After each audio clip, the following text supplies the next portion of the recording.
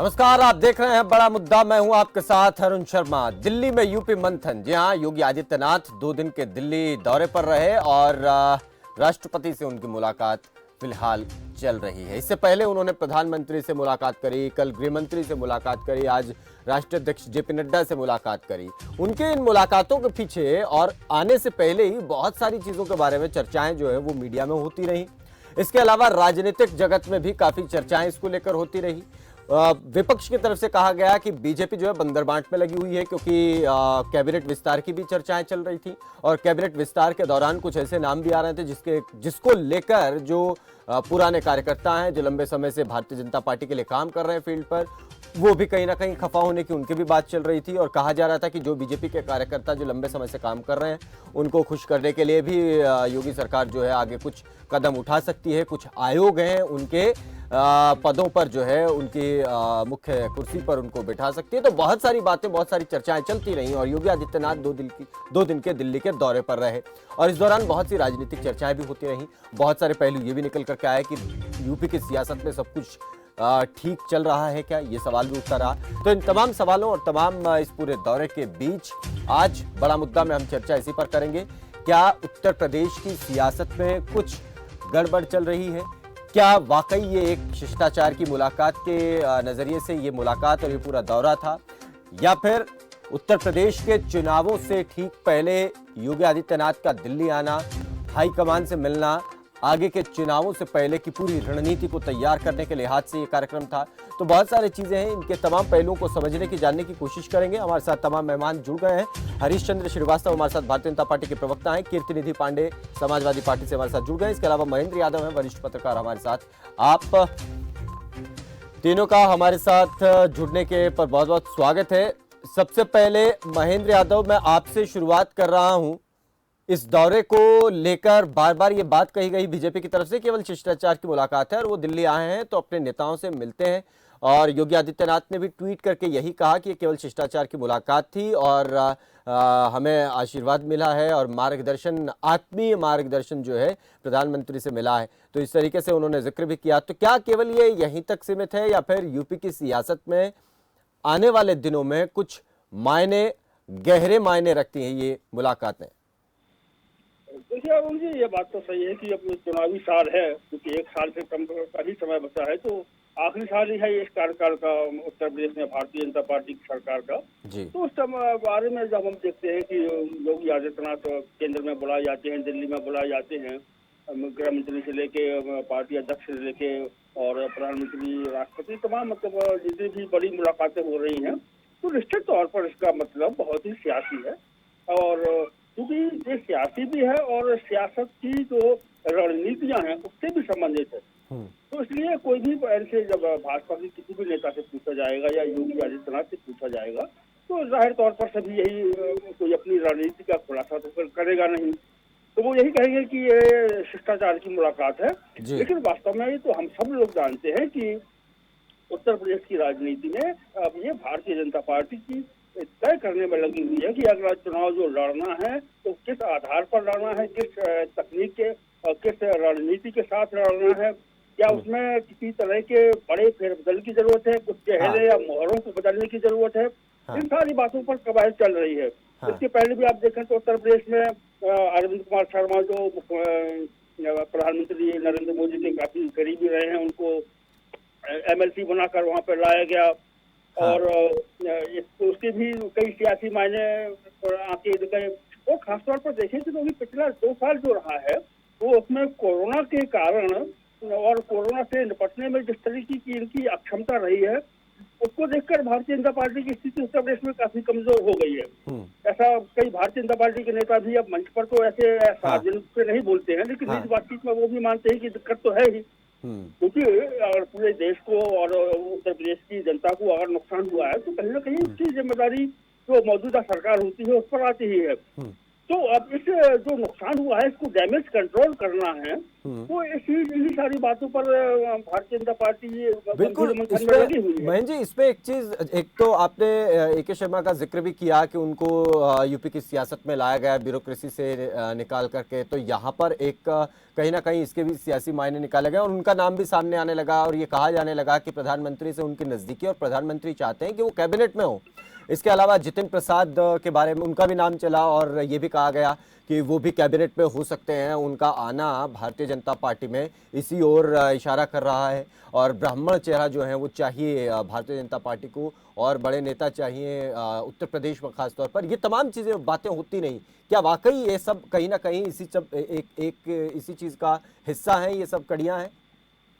बिल्कुल, ये जो ताज़ा इसको अगर हम उठा-पटक का नाम दें, जैसा कि हम लोग मीडिया में हम और आप इस तरह का शब्द का इस्तेमाल करते हैं, जी। तो उस हिसाब से देखें तो ये दो कारण तो हैं वो काफी महत्वपूर्ण है। हाँ। एक तो अरविंद कुमार शर्मा वाला मामला रहा और हाँ। दूसरा जो आपने अभी बताया जितिन प्रसाद वाला मामला रहा। जी। ये दरअसल ये पूरी उठापटक हो रही है तो इन्हीं दो नामों को लेकर सबसे ज्यादा हो रही है और इन्हीं के इर्द गिर्द हो रही है। हाँ। इनकी भूमिका तय करनी है और ऐसा आमतौर पर एक समझ में आ रहा है कि इनकी जो भूमिकाएं भारतीय जनता पार्टी का नेतृत्व चाहता है उसमें और योगी आदित्यनाथ की राय में कुछ मत भिन्नता है। हाँ। तो इसीलिए ये सब जो उठापटक हो रही है। लेकिन मेरा मानना यह भी है कि इसको अगर नेतृत्व परिवर्तन के हिसाब से अगर देखते हैं हाँ। तो मुझे लगता है कि उस हिसाब से अब उत्तर प्रदेश में काफी देर हो गई है।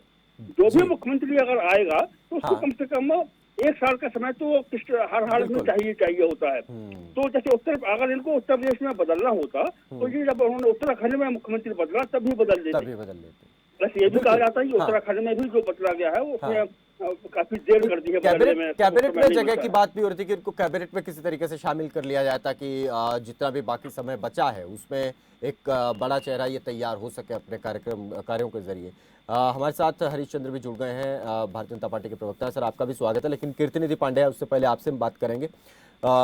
अखिलेश यादव जी की तरफ से कहा गया कि ये केवल बंदर बांट है, हर मोर्चे पर बीजेपी की सरकार फेल हुई है और अब इनसे कोई उम्मीद भी नहीं है।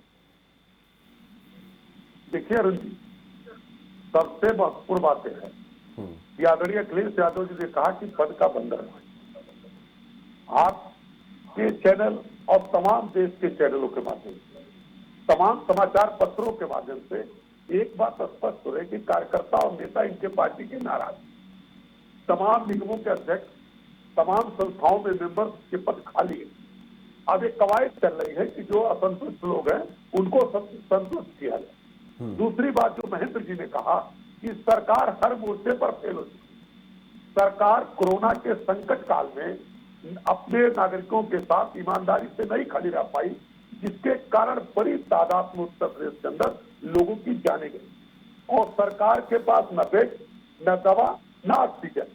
अब इस सबको जब डैमेज कंट्रोल है, देश के प्रधानमंत्री जी, देश के गृह मंत्री जी, उत्तर प्रदेश के मुख्यमंत्री जी इसको डैमेज कंट्रोल करना चाहते हैं और लोगों का ध्यान भटकाना चाहते हैं, असली मुद्दों से भटकाना चाहते हैं, चाहे वो महंगाई का मुद्दा हो, चाहे आपसी द्वंद का मुद्दा हो। और एक बात अरुण जी कई बार सामने आया, कोरोना संकट काल में इनके मेंबर ऑफ पार्लियामेंट, इनके एमएलए इनको पत्र लिखते रहे कि ऑक्सीजन नहीं, दवा नहीं, बेड नहीं, अस्पतालों में बेहतर इंतजाम नहीं, लोगों की जाने जा रही है, हम लोग कोई इंतजाम नहीं कर पा रहे हैं।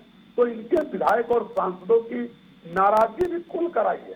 अभी कुछ दिन पहले जो राष्ट्रीय स्वयं सेवक संघ के बड़े पदाधिकारी लखनऊ प्रवास के दौरान, जो बड़े नेता प्रवास कर रहे हैं लखनऊ के, जो लोगों से रिपोर्टिंग ले रहे हैं अपने विधायकों से, अपने कार्यकर्ताओं से, उसमें उत्तर प्रदेश के मुख्यमंत्री के खिलाफ बड़ी नाराजगी है लोगों के अंदर और उसी नाराजगी के को पाटने का काम भारतीय जनता पार्टी और सरकार मिलकर करना चाहती है। लेकिन अब सब कुछ खत्म हो चुका भारतीय जनता पार्टी का उत्तर प्रदेश के अंदर।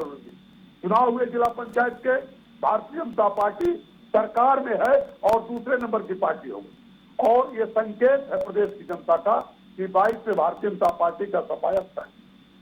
ठीक है, ये आप बात कह रहे हैं। हरीश चंद्र जी, आपने सुना अभी कीर्तिनिधि पांडेय जो बात कह रहे थे, उससे पहले महेंद्र यादव ने भी कुछ इसी तरफ इशारा किया। ये जो दौरा रहा दिल्ली का, इसके पीछे बहुत सारी बातें कही गई, आप तक भी तमाम चीज़ें मीडिया के जरिए पहुंची होंगी और आपके सूत्रों से भी पहुंची ही होंगी निश्चित तौर पर। लेकिन ये कहा गया कि शिष्टाचार की मुलाकात थी प्रधानमंत्री से और एक सामान्य दौरा था और मुलाकातें थीं, इसमें कोई बहुत ज़्यादा कुछ इसके मायने ना निकाले जाएं। आपसे समझना चाहेंगे इस मुलाकात का और इस पूरे दौरे का मतलब। देखिए, जहाँ तक कीर्ति पांडे जी की बात है, कीर्ति पांडे जी का जो पूरा का पूरा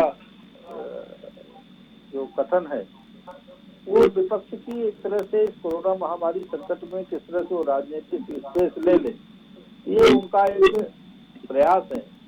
लेकिन प्रदेश की जनता बहुत जागरूक है, वो इस बात को बहुत बखूबी जानती है कि यूपी की सरकार ने एक महीने के अंदर ही कोरोना महामारी की इस दूसरी वेव को पूरी तरह से नियंत्रण में किया और आज पूरे प्रदेश में 11,000 से भी कम केस हैं टोटल, जो सक्रिय केस हैं उसमें भी 7-8 हजार होम आइसोलेशन में है, 2-3 हजार अस्पतालों में है। लेकिन वो ये भी तो देख रहे हैं ना कि इस दौरान पूरे महीने के दौरान हालात क्या थे। एक कालखंड था, एक हफ्ते 10 दिन का, जिसमें जो कैपेसिटी थी उससे 100 गुना ज्यादा पेशेंट आ रहे थे, तो निश्चित रूप से उस समय जितनी भी व्यवस्थाएं थी वो कम पड़ गई थी और लोगों को तकलीफें हुई। उन जिन लोगों को तकलीफें हुई उनके साथ भी सरकार पूरी संवेदनशीलता के साथ खड़ी है। और जहां तक रहा जो ये नहीं बढ़ गए होंगे ना पिछले दिनों से जो बैठकें चल रही हैं और माननीय मुख्यमंत्री जी का, माननीय गृह मंत्री जी, माननीय प्रधानमंत्री जी, माननीय राष्ट्रीय अध्यक्ष जी, इन सब से जो भेंट मुलाकात है, हाँ। ये अपने अपने ढंग से हर लोग उसका विश्लेषण कर रहे हैं, हर लोग अपना उसका प्रयास लगा रहे हैं। लेकिन भारतीय जनता पार्टी एक वाइब्रेंट संगठन है और पार्टी का जो प्रदेश का नेतृत्व है वो अपने केंद्रीय नेतृत्व से भी मार्गदर्शन प्राप्त करता है, विभिन्न समस्याओं पर चर्चा करता है। तो माननीय मुख्यमंत्री जी अगर माननीय गृह मंत्री जी से मिले, माननीय प्रधानमंत्री जी से मिले, माननीय राष्ट्रीय अध्यक्ष जी से मिले, तो सरकार की जो योजनाएं हैं, विकास योजनाएं हैं, उत्तर प्रदेश को और गतिशीलता कैसे प्रदान की जा सके, ये भी चर्चा का विषय हो सकता है। यद्यपि जो चर्चाएं हुई उन लोगों की आपस में हुई, उसके बारे में बाकी जितने भी लोग विवेचना कर रहे हैं वो एक कयासी है। हाँ, वो ठीक बात है। लेकिन ऐसे समय में संगठन है, जब 2 दिन पहले एक कांग्रेस के बड़े नेता का बीजेपी में आना और इसके अलावा कैबिनेट विस्तार की चर्चाएं पहले से चलना और चुनावी साल होना, ये तमाम वो पहलू हैं जो इन तमाम कयासों की तरफ निश्चित तौर पर सोचने के लिए मजबूर करते हैं। ये आप भी बेहतर समझते हैं। तो क्या ये नहीं माना जा रहा या नहीं माना जा सकता कि जो असंतुष्ट हैं कार्यकर्ता हैं, जो काम लंबे समय से करते रहे और जो अब नाखुश हैं, तो आखिरी साल में उन्हें कुछ किसी तरह खुश किया जाए तो उन्हें कौन कौन से पद दिए जाएं, क्या इसके बारे में चर्चाएं नहीं हो रही हैं? देखिए, ये तो वही लोग बता सकते हैं कि जिनके बीच चर्चा हुई कि क्या चर्चा हुई। लेकिन मैं इतना अवश्य कह सकता हूं कि भारतीय जनता पार्टी एक राजनीतिक संगठन है और अगर 22 का चुनाव सामने है तो पार्टी का प्रदेश नेतृत्व और शीर्ष नेतृत्व दोनों प्रदेश के लिए नीति रणनीति बनाएंगे। हम एक वाइब्रेंट राजनीतिक संगठन है, तो हमारा जो माननीय प्रधानमंत्री जी का संकल्प सबके साथ सबके विकास और सबके विश्वास का है, उसको हासिल करने के लिए हम काम करते हैं। अंत्योदय पे हम काम करते हैं, गरीबों की और लोगों की खुशहाली के लिए करते हैं। तो इससे ज्यादा इस और उसको गति कैसे प्रदान करते हैं, डीजल के दामों पे भी बोल देते हरीश जी कुछ नहीं, बिल्कुल बोल रहे हैं। पेट्रोल डीजल के दाम बढ़े हैं, बताइए। पेट्रोल डीजल तेलों के दाम लगातार बढ़ गए, 100 रुपए सरसों के तेल 200 में। पांडे जी धैर्य रखें तो हम उसको बोलते हैं कि माननीय प्रधानमंत्री जी कहा निश्चित महंगाई नहीं रोक पा रहे हैं, लगातार महंगाई बढ़ रही है। गैसों के दाम, गैस के दाम बढ़ गए। जब आप सरकार में आए थे तो जवाब तो ले लीजिए, अरे वो बोल रहे हैं, जवाब तो लेने का धैर्य तो रखिए। मैं मानता हूं कि इन पेट्रोल डीजल के इन सब वस्तुओं के, तमाम वस्तुओं के दाम बढ़े, लेकिन ये महामारी का संकट केवल भारत में ही नहीं अपितु पूरी दुनिया में है। ये पूरी दुनिया इस आर्थिक मंदी से जूझ रही है और अपने अपने तरीके से हर देश वित्तीय प्रबंध कर रहे हैं। 80 करोड़ लोगों को, देश के हरी 80 जी, करोड़ हरी गरीबों जी, तक महामारी आ राशन जाएगी का आज। किट पहुंचाना, दवाइयां लेकिन पहुंचाना, डीजल और पेट्रोल ये के भी दाम काम लगातार बढ़ रहे सरकार हैं, ने किया है। ये भी काम लगातार सरकार ने किया है। तो लगातार जो लगातार दाम निःशुल्क बढ़ रहे इलाज हैं। कर रही है और लोगों केंद्र का, और हरीश- प्रदेश देश की के लोगों सरकार का, हरीश फेल जी, हो, देश के हरीश लोगों जी, को। महंगाई रोकने में फेल हो रहे हैं आप, फेल हो चुकी है सरकारें। देखिए, ये आपका कथन हो सकता है, लेकिन देश की ये जनता मानती है कि देश की सरकार मोदी जी के देश नेतृत्व की में जनता बहुत मानती है कि बहुत बेहतर 350 काम का कर रही गैस है। और 900 में चाहे कर दिया योगी जी मोदी के जी ने। नेतृत्व में हो, चाहे 100 मोदी रुपए जी का के सरसों नेतृत्व का में हो, तेल सरकार 200 में बिक सरकार रहा बहुत है। बेहतर ढंग से काम कर रही है। 80-90 और रुपए ये जो 30 का महामारी का तेल संकट है, 160-70 में इससे बिक रहे तरह हैं। से देश रिफाइंड और प्रदेश तेलों के के दाम नेतृत्व ने, बढ़े हैं, देश और डीजल प्रदेश की महंगा हो जनता को गया। हारा है, आप ये फेल अपने हो आप में गए। माननीय है। आप महंगाई रोकने में नाकाम लोग हैं। और एक जनता- चीज हरीश चंद्र जी, जनता तैयार एक चीज है। मैं समझना चाह रहा हूं। जनता अभी तैयार आप है। भी इस बात और को मान जिसका रहे हैं समझ और निश्चित तौर पर ये पंचायत चुनाव चीज में है, आपको मिला है। और महंगाई का मसला जो है जहां तक है, और इस बात को बार बार इस चीज से जोड़ा जाता है कि ये महामारी है और ऐसे में पूरी दुनिया मंदी से जूझ रही है। लेकिन दूसरी तरफ हम ये भी देख रहे हैं कि जो करोड़पति हैं उनकी संपत्ति ठीक उसी तरीके से बढ़ती चली जा रही है, और गरीब जो है वो गरीब होता ही चला जा रहा है। उस पर मार गरीबी की और महंगाई की और ज्यादा पड़ती ही चली जा रही है। तो क्या ये मसले वाकई ग्राउंड पर काम कर रहे हैं? सरकार इन चीजों को भी देख रही है, क्योंकि ये चुनावी साल है यूपी के लिए, तो ऐसे में ये चीजें काम करेंगी और इसकी तरफ भी सरकार को ध्यान देना होगा। देखिए, सरकार का ध्यान सब तरफ, और जैसा मैंने बताया कि आज जो भी ये महामारी का संकट है, सारे वित्तीय प्रबंध, कोई भारत ही नहीं पूरी दुनिया में लोगों के सामने बड़े संकट खड़े हुए। उन संकटों को, गरीबों को घर में रोटी पहुंचाना, गरीबों के घर में खाते में पैसा पहुंचाना, गरीबों के घर में जो दवाइयां पहुंचाना, उनका निःशुल्क इलाज करना, सभी देश के लोगों को इस महामारी संकट से उबार करके निःशुल्क अगर आप इलाज इलाज किए होते, अगर आप ये ऑक्सीजन दे बड़ा पाते काम लोगों को, अगर आप और एक बेड दे अहम पाते अहम होते मुद्दा लोगों था को, कि कैसे तो हम इस कितनी महामारी बड़ी के दाद संकट से मौतें नहीं होती। देश को उबारें। और तो उत्तर और प्रदेश के अंदर कुछ हुई लोगों के मौतों के लिए जिम्मेदार आपकी सरकार है और सरकार के मुखिया हैं, जिनकी नहीं, ये लापरवाही के नाते आपके नेता उसके उत्तर जिम्मेदार हैं प्रदेश के अंदर जिन्होंने इतनी बड़ी तादाद जिन्होंने में मौतें वैक्सीन हुई। को लेकर भ्रम फैलाया। आपके नेता उसके जिम्मेदार हैं जिन्होंने वैक्सीन को लेकर भ्रम फैलाया। आप पांडे जी, जिम्मेदार हैं। आपकी आपको सरकार आपको माफी जिम्मेदार मांगनी है। चाहिए। आपको आपकी माफी मांगनी सरकार चाहिए, जिम्मेदार है। क्योंकि आप लोगों ने और आप अगर लोगों आपको ने अनुमति दे तो मैं दोनों से एक सवाल पूछूं। ठीक है महेंद्र जी, महेंद्र जी, सरकार महेंद्र आपकी यादव, जिम्मेदार आप महेंद्र यादव, आप कुछ पूछना चाह रहे हैं, पूछ सकते मैं हैं, ये महेंद्र कह पूछ रहा सकते हूं, हैं। अगर ये हमारे दोनों पूरी साथी अनुमति दुनिया दें के तो मैं पूछना चाहूंगा कि ये जो महामारी है, राजस्व महामारी और बार बार ठीक है महेंद्र जी एक सवाल आप दोनों से पूछना चाह रहे हैं। हरीश चंद्र जी, कीर्तिनिधि जी, आप दोनों से वो सवाल एक पूछना चाह रहे हैं। महेंद्र जी आप सवाल पूछिए, आपकी आवाज सुन रहे हैं। मेरा मानना, मेरा पूछना ये है कि जब ये कोरोना का संकट जब एक साल से पीछे चला आ रहा था, तो इस समय ये कुंभ मेला लगाने का जो 12 साल में मेला लगता है, उसको 11 साल में, एक साल पहले लगा दिया गया। और इसको लगाने की क्या आवश्यकता पड़ गई थी? क्या इसके जरिए ये कोरोना में जो कुंभ मेला में देश भर से लोग यहाँ वहां से आए फिर वापस गए, 45 से 50 लाख लोगों ने उसमें स्नान किया, तो क्या इससे जो जब कोरोना से निपटना चाहिए था तो सरकार ये कुंभ मेला लगा के कोरोना से निपटना चाह रही थी या कोरोना फैलाना चाह रही थी? महेंद्र जी, जी महाराष्ट्र में तो कोई कुंभ नहीं लगा था, जी तब केरल में तो कोई कुंभ नहीं लगा था। जी ये इसको कुंभ से जोड़ना मुझे लगता है कि बिल्कुल कोई समीचीन नहीं है। नहीं, इसे देश भर से लोग आते हैं। देखिए, बताइए बात मुझे बताइए। हरिश्चंद्र जी एक चीज और आते हैं। हरिश्चंद्र जी मैं इसमें एक चीज और ऐड कर रहा हूं। जो महेंद्र यादव जो बात बोल रहे थे उसमें बात ये है कि अगर कोरोना से लड़ने की बात है तो कुंभ का जिक्र कुंभ के बात तक नहीं है, कुंभ के नाम तक नहीं है। उसका जिक्र है एक जगह पर हजारों लाखों लोगों का जुटना, जो कुंभ में भी हुआ, जो चुनावों में भी हुआ। इस तरह की बातें केवल इस मुद्दे को भटकाने के लिए की जाती हैं। मैंने पूछा ना, लगाना ही नहीं चाहिए। अगर लाखों लोग एक जगह इकट्ठे हो रहे हैं, उससे कुछ नुकसान नहीं हो रहा है, तो फिर तो ये लॉकडाउन लगाने का कोई मतलब नहीं बनता है।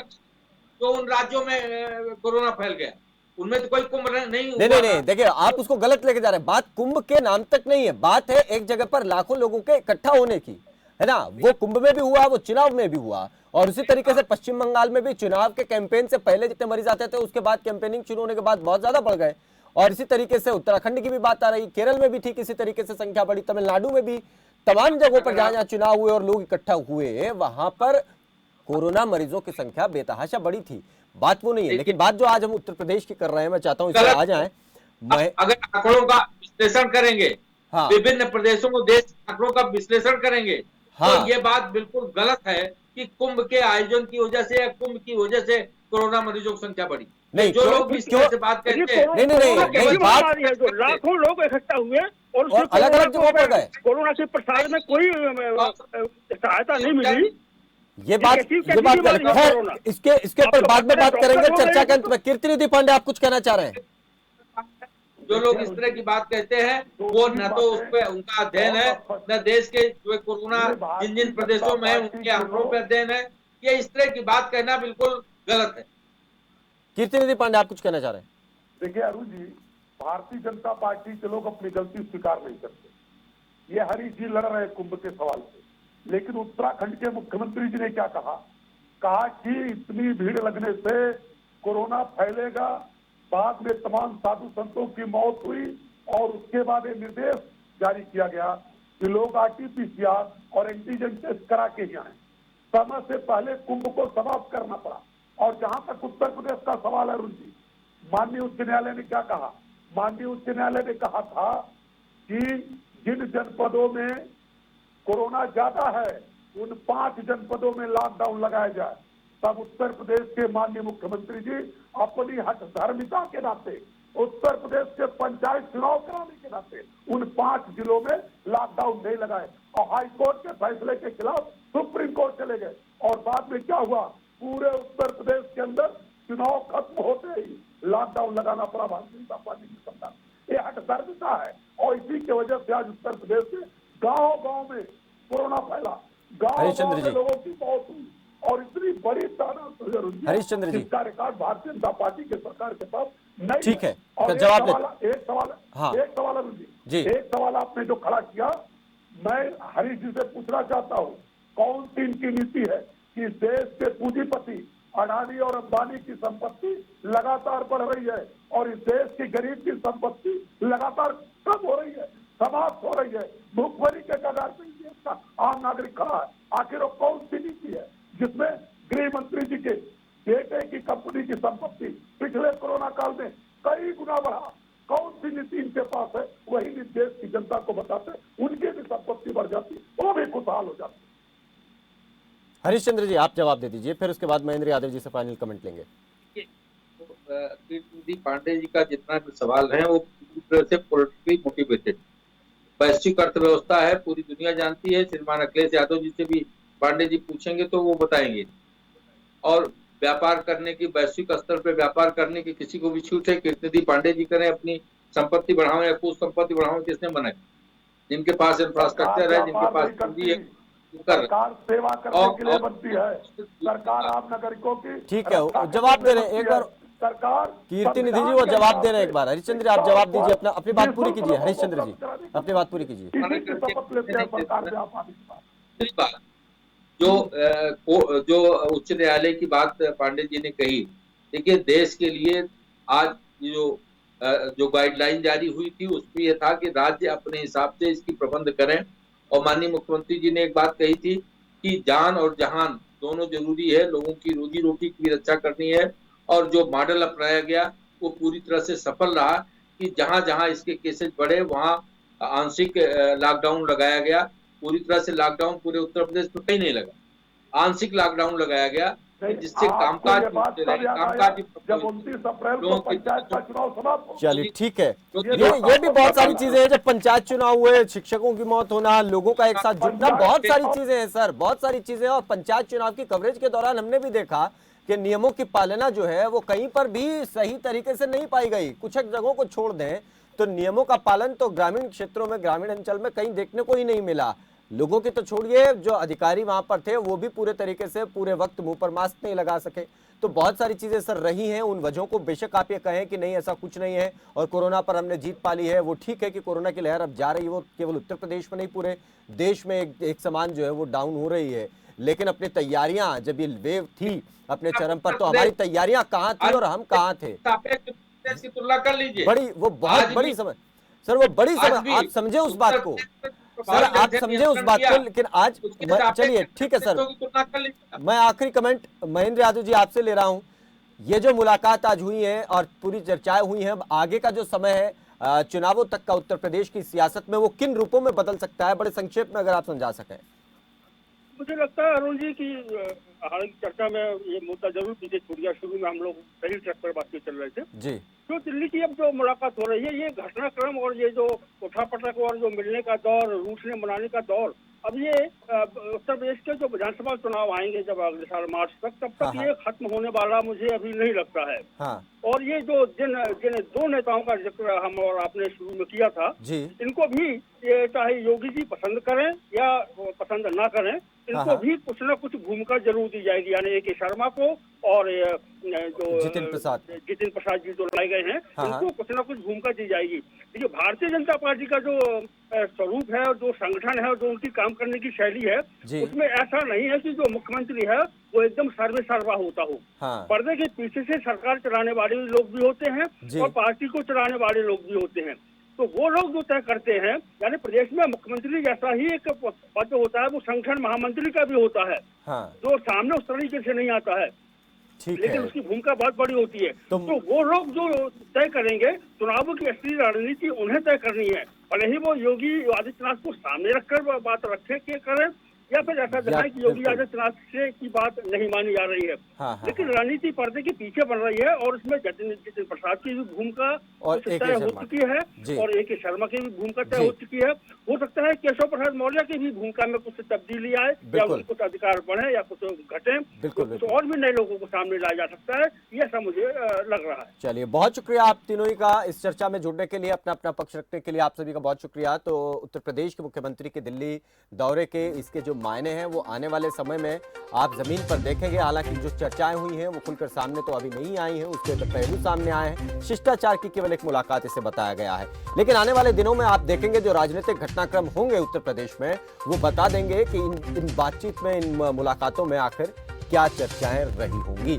मुझे इजाजत, नमस्कार।